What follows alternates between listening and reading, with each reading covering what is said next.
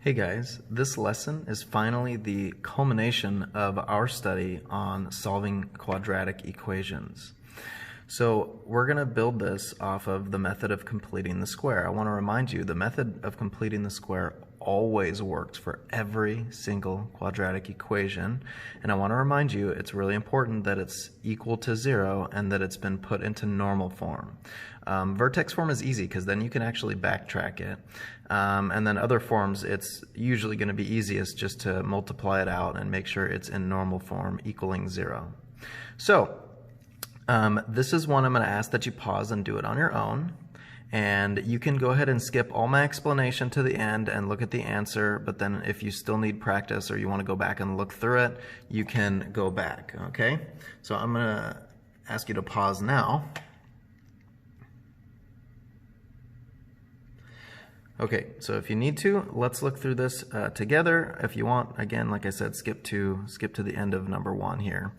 I'm going to add 3 over like I've done, and we're going to have 2x squared plus 5x equals 3.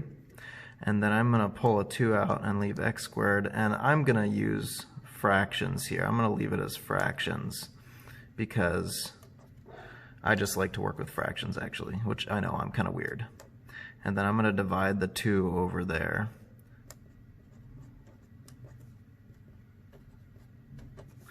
Okay, so now I've set this up and essentially prepared it, you could say, for being ready to complete the square.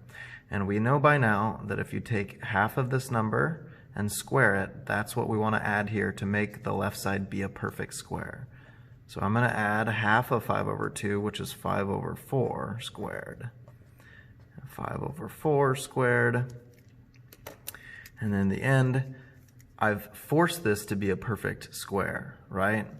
This is going to be x plus 5 over 4 all squared, okay? So we know that formatting by now.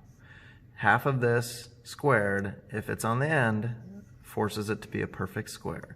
X plus 5 over 4, so half of this all squared. And then if we put these together, if you simplify the fractions, you're going to get 49 over 16. And again, some of you may be doing this in decimals, that's fine. And then I'm going to square root both sides. And don't forget, there are 2 possible square roots, and this simplifies nicely. So I have x plus 5 over 4 equals plus or minus 7 over 4. So now if I subtract 5 over 4 over here, then in the very, very end, what you should get is x equals negative 5 all over 4 plus or minus 7, you can say, which is going to give me negative 5 plus 7 is 2 over 4, and negative 5 minus 7 is negative 12 over 4. So 1/2, that simplifies to 1/2, that becomes negative 3. Those are my 2 solutions for this. Now, the rest of this, in a moment, I want everyone to watch, okay? So you can all come back together now. So this particular one actually could have been much easier. It turns out it's factorable. And in the end, the fact that I had rational solutions here, meaning just fractions with whole numbers or just integers, actually means that it was factorable. Because look, I can go backwards and reconstruct a quadratic where these are the solutions, right? In factored form, if negative 3 is a solution, x plus 3 should be one of the factors. And if 1/2 is a solution, 2x minus 1 would need to be one of the factors. And it just so turns out if you multiply this all out, it is exactly identical to 2x squared plus 5x minus 3 equals 0. So this could have been easier. The point I'm making is it's always a good idea to keep an eye out for if something's factorable. You don't really know, though, a lot of times here if it's one of these kind of trickier ones. And so this is why completing the square is such a helpful method, like I said, because it just always works. What the real purpose of today's lesson, though, is we are going to apply this method to the general quadratic. I want to let you know this is the culmination of hundreds, if not thousands of years of thinking that people have been doing since ancient times on trying to figure out solutions to equations of quadratic behaving situations and the equations that arise from these situations. So there's a lot of application here, and there's so much history here, and so we really need to pause and have some reverence for the work that people have done in the past that we can so easily, in just a video that's so short, solve ourselves right now with the methods that we have. So without any further ado, let's go ahead and dive in. So my first step I'm going to do is I'm going to go ahead and subtract c onto both sides, and I'm going to mirror the steps I did above. And now I'm going to factor an a out, and that's going to leave x squared plus b over ax equals negative c. Next, what I'm going to do, just like before, is divide that over. So I'm going to be left with x squared plus b over ax equals negative c over a. Okay, so here I divided by a. Now, we've gotten to the same step as we were here, where I'm ready to actually perform the completing the square step, which means I need to add something onto both sides. And remember, it's half of this. Well, if this is b over a, what's half of that? b over 2a, right? Squared, b over 2a squared. Okay, so I've completed the square, but the whole purpose of that is so that I can make it into something squared, so I can backtrack and square root this to solve, right? So this is going to end up being x plus what? Well, we know that it's that thing right there that's not squared, right? It's half of this, so b over 2a. And this guy right here, kind of funky. B over 2a squared becomes b squared over 4a squared, and I want to make it all into one fraction, I think. I like it. I like things as one fraction. So b squared over 2a all squared is 4a squared. Let's combine that. We need to add these, we need to make common denominator, right? So if this has 4 and 2a's, all that has is 1a. I'll need to put a 4 up here and another a there. Okay, so really what I did here, I guess I'm just going to say completing the square as my reasoning for what I did. And that means what I have next, I'm just going to leave the left side for a moment. And what I have is 4a times negative c, so negative 4ac, and this is plus b squared.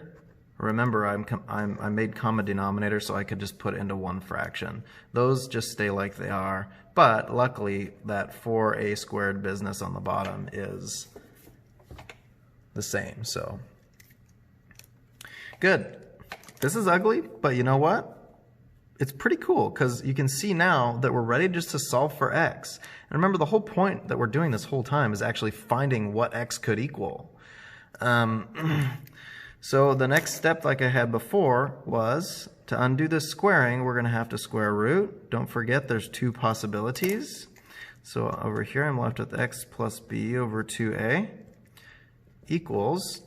It is standard procedure to put like the b squared first. It doesn't really matter, negative 4ac plus b squared, but we'll just stick to that tradition and write the b squared first as that minus 4ac. Problem with this is not a perfect square. I know it's tempting to want to apply the square root separately to the things that are subtracted, but that's a big no-no. So this square root has to just stay along for the ride, and that plus or minus can't be lost. However, the 4a squared is actually able to be square rooted, so that becomes 2a. Okay, so let's put my steps in here. To get to that step, I combined the fractions, and then to get to this step, we just applied a square root to both sides. And guess what? You can do a drum roll right now if you like, or you don't have to, whatever. But all we have to do is isolate x by subtracting b over 2a, and we get x equals, and let's just leave that in front because it's not going to look any prettier if that goes in the end. So if I subtract this, it becomes minus. So we have minus b over 2a, and then over here, right, we move that over. It can either be added or subtracted, whatever quantity this is, to it. And I have b squared minus 4ac all over 2a. And you know what? This is so hugely important, and that's because, like I said, it represents a lot of work people have done in the past to get here, but let's take a moment to appreciate it. We can appreciate it because what we're saying now is no matter what quadratic equation you're faced with, as long as it's in normal form, you can actually calculate its solutions just only using the values of the three coefficients involved. So whatever a and b and c separately are, they can just be placed into this as a formula to figure out the solutions for the original equation. And that's pretty mind-blowing, actually. So a lot of you probably recognize this as the quadratic formula, but that is its name, okay? So this is important that you have this written in your notes, especially in your notebooks, that if this is the equation you want to solve, the solutions to that equation can always be found by using that formula. And it's huge, okay? It matters a lot. Just so you know, I don't think it's a big deal that you memorize this formula, because if you remember how to do the completing the square method, on anything with standardized tests and stuff, you're not going to ever have like a really complicated one to do, and completing the square will certainly be enough, or even factoring if you need to solve those. But the quadratic formula has a lot of meaning and history behind it. So one thing to point out here that I've written in is I left it in this format on purpose. I did not combine these into one fraction like I did, like for this, for example. And that's because I want you to see something in this. The first part, you should recognize negative b over 2a as the vertex's x-coordinate. So what this is telling me is the two solutions, or maybe there's not two solutions, but if there are solutions, their location is going to be, if we start at the middle, remember the vertex is in the center, so that's right here, right? If we go forward or backwards by this amount, and of course this is kind of ugly, but it still represents one single quantity. If I go forward or backwards from the location of the vertex by this amount, okay, so I'll even draw those two arrows in there, okay, so this distance or this distance, this represents the distance I go forward and backwards from the center to find the solutions. And that just means, remember, that means where the parabola crosses the x-axis, okay? So don't forget, the visual interpretation here is that if we're wanting to solve a quadratic equation and we're asking when the output is 0, that's the same thing as asking, oh, when does y equal 0? And that's always going to be on the x-axis. So it's the same as asking when does the graph cross the x-axis. So let's add an extra example in here, and let's ask you to use the quadratic formula to solve this. Now, of course, you could go about completing the square. The thing about this, if you were to use completing the square, I made this one in a way that it would just be kind of annoying because of the fractions, and we know that that's a little bit easy to make mistakes on too. So that's where the quadratic formula is advantageous over completing the square, because you're way less likely to get messed up with the steps and whatnot. On the bad side, it's easy to just like get stuck in, oh, I just need to plug into a formula with a quadratic formula, and then you kind of lose the mathematics that's happening. But let's get practice with it. So look, we can literally just jump straight to saying x equals. That's great, right? Go ahead and do this yourself, and then we'll check. All right, let's check this ourselves. Well, we know it's negative b over 2a, so negative 4 over 2 times 3, plus or minus and it's going to be 4 squared minus 4ac. So times 3 times negative 2. Careful with that minus and that minus because it's going to turn into a plus. And then that's going to be over 2 times 3 again.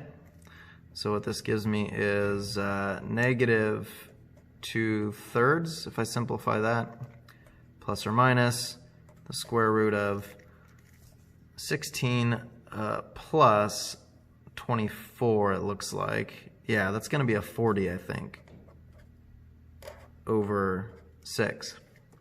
Now we could leave this, but I think maybe we can simplify this a bit, because that root 40 is the same as root 4 times root 10, if you remember how to simplify fractions. And root 4 is just a 2, right?